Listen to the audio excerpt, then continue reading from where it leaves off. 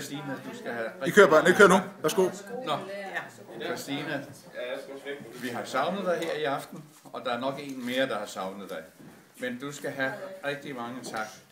Også for det, som du har med til os i dag, men også tak for altid din interesse og din omsorg og den kærlighed, vi har mærket for dig så mange gange.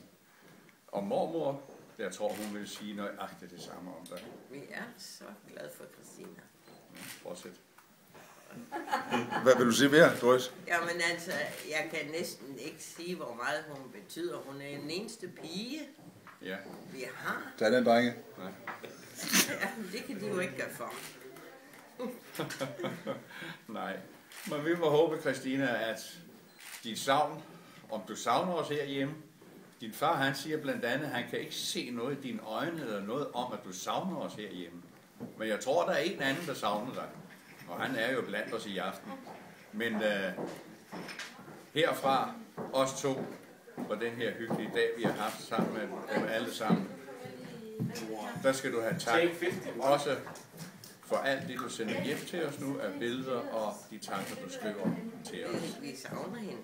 Og vi savner dig stadigvæk, og bliver ved med det, indtil du kommer hjem. Og så siger vi shalom.